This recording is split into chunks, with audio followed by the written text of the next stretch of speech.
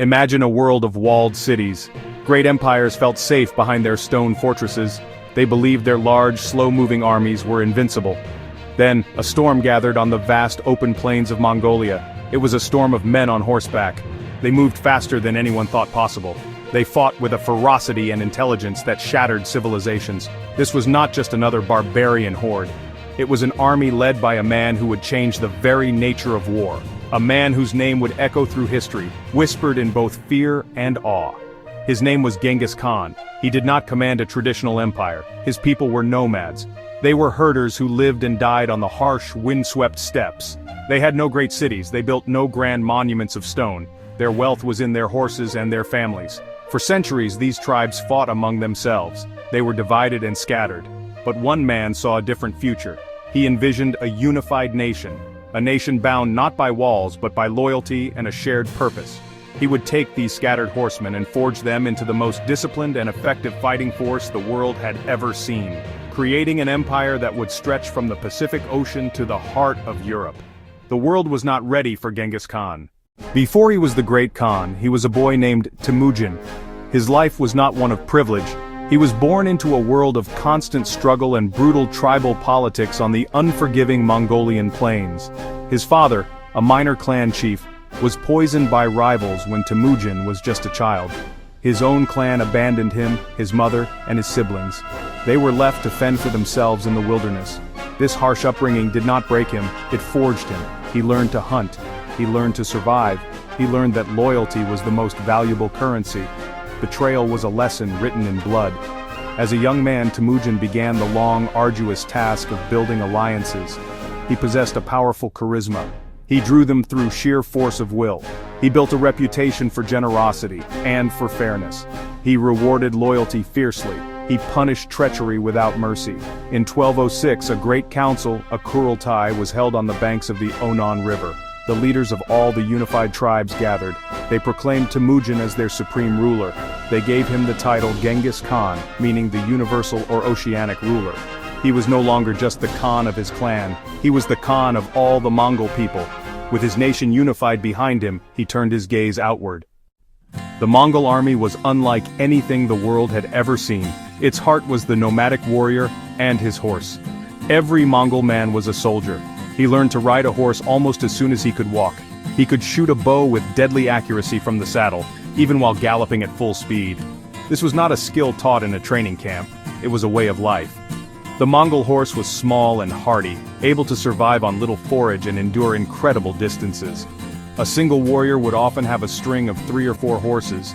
This allowed him to switch mounts and cover up to 100 miles in a single day.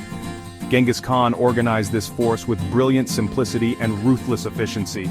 The entire army was structured on a decimal system. Arban, units of 10, Zun, units of 100, Mingan, units of 1,000, Tumen, units of 10,000. Their equipment was practical and light, armor made of layered silk, hardened leather armor. Their primary weapon was the composite bow, made from sinew, horn, and wood. It was powerful enough to pierce most armor of the day and had a longer range than the bows of his opponents. Coupled with their unmatched horsemanship, the Mongol bowmen were the masters of mobile firepower. They could unleash devastating volleys of arrows, retreat before the enemy could respond, and then attack again from a different direction. The foundational principle of Mongol warfare was speed. Genghis Khan understood that a slower, larger army was a vulnerable army. His forces moved with a swiftness that consistently bewildered his enemies. Before a kingdom even knew it was under attack, Mongol armies would already be deep inside its borders, striking at multiple targets simultaneously. This was made possible by their incredible cavalry. Each warrior had a string of remounts, allowing them to cover vast distances without exhausting their horses. They could travel for days on end, eating in the saddle and even sleeping in the saddle. This strategic mobility meant they could always choose the time and place of battle, a decisive advantage in any conflict. This emphasis on speed was a form of psychological shock. A city might receive word that a Mongol army had been sighted hundreds of miles away, only to find their own walls surrounded a few days later. This created panic and confusion, undermining the enemy's morale before a single arrow was fired. A classic example of this strategy was the Mongol invasion of the Khwarezmian Empire in 1219. The Shah of Khwarezmia expected an attack from one direction, the Khan personally led another force on an epic and perilous journey across the supposedly impassable Kizilkum Desert. His army emerged suddenly and captured the vital city of Bukhara, deep behind enemy lines. The Shah's entire defensive strategy collapsed in an instant. This tactic is strikingly similar to the German Blitzkrieg, or lightning war strategy of World War II. Genghis Khan achieved the same effect 7 centuries earlier using horses instead of tanks. Genghis Khan was a master of trickery. A battle won through cunning beat brute force. One famous tactic, the feigned retreat. Mongol horsemen charged the enemy. They engaged in a brief skirmish. Then they pretended to panic and flee. It was a performance to lure an overconfident, undisciplined enemy into a chase. The enemy broke formation and pursued. Fatal mistake. The chase stretched their battle lines, disorganized and vulnerable. Then the trap was sprung.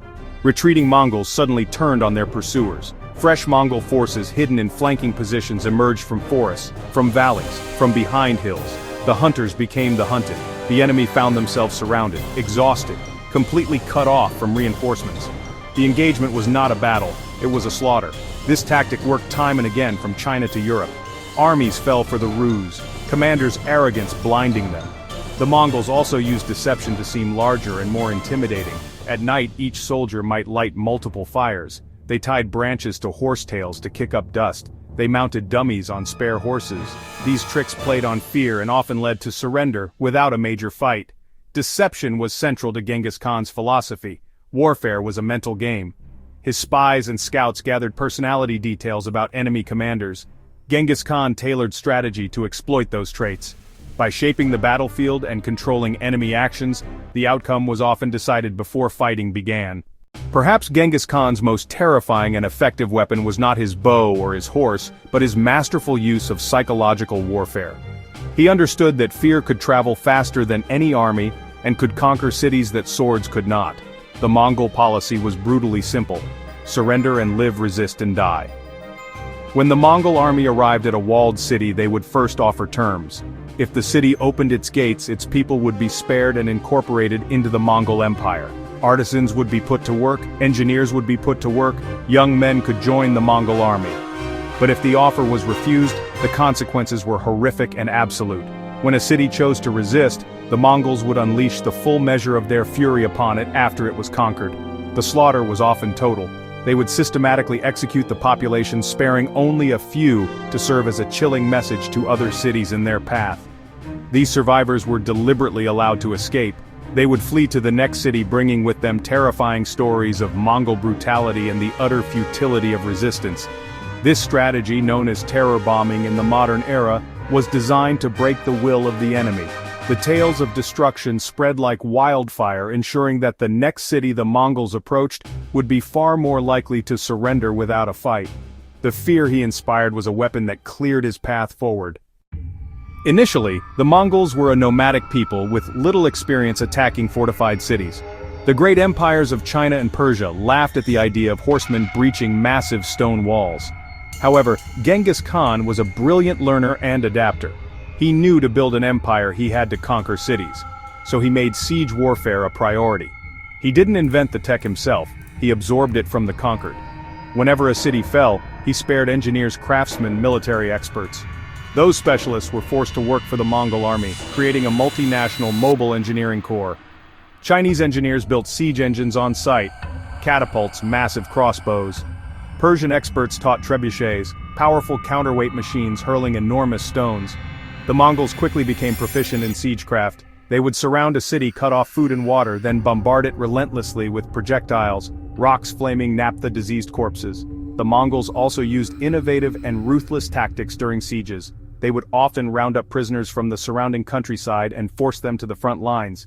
Prisoners were made to fill in moats, push siege towers toward walls, absorb the enemy's arrows and boiling oil. This cruel tactic saved Mongol lives.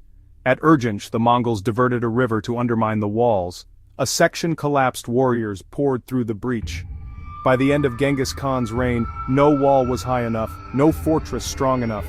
They combined the mobility of the steppe with the siege power of settled civilizations, making a force equally deadly in open battle and at city gates. The strategies pioneered by Genghis Khan in the 13th century did not die with his empire. They are alive and well, forming the bedrock of much of modern military doctrine.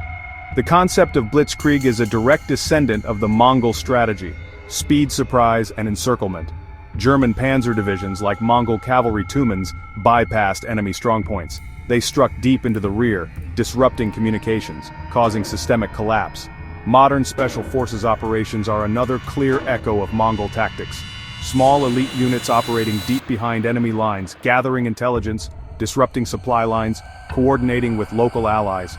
This is precisely the role that Genghis Khan's advanced scouts and raiding parties played. The United States Navy SEALs or the British SAS, modern equivalents: mobility, stealth, hitting high-value targets.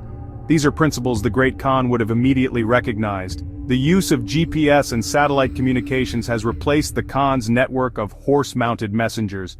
Furthermore, the Mongol emphasis on a unified command structure and intelligence is a cornerstone of every modern army.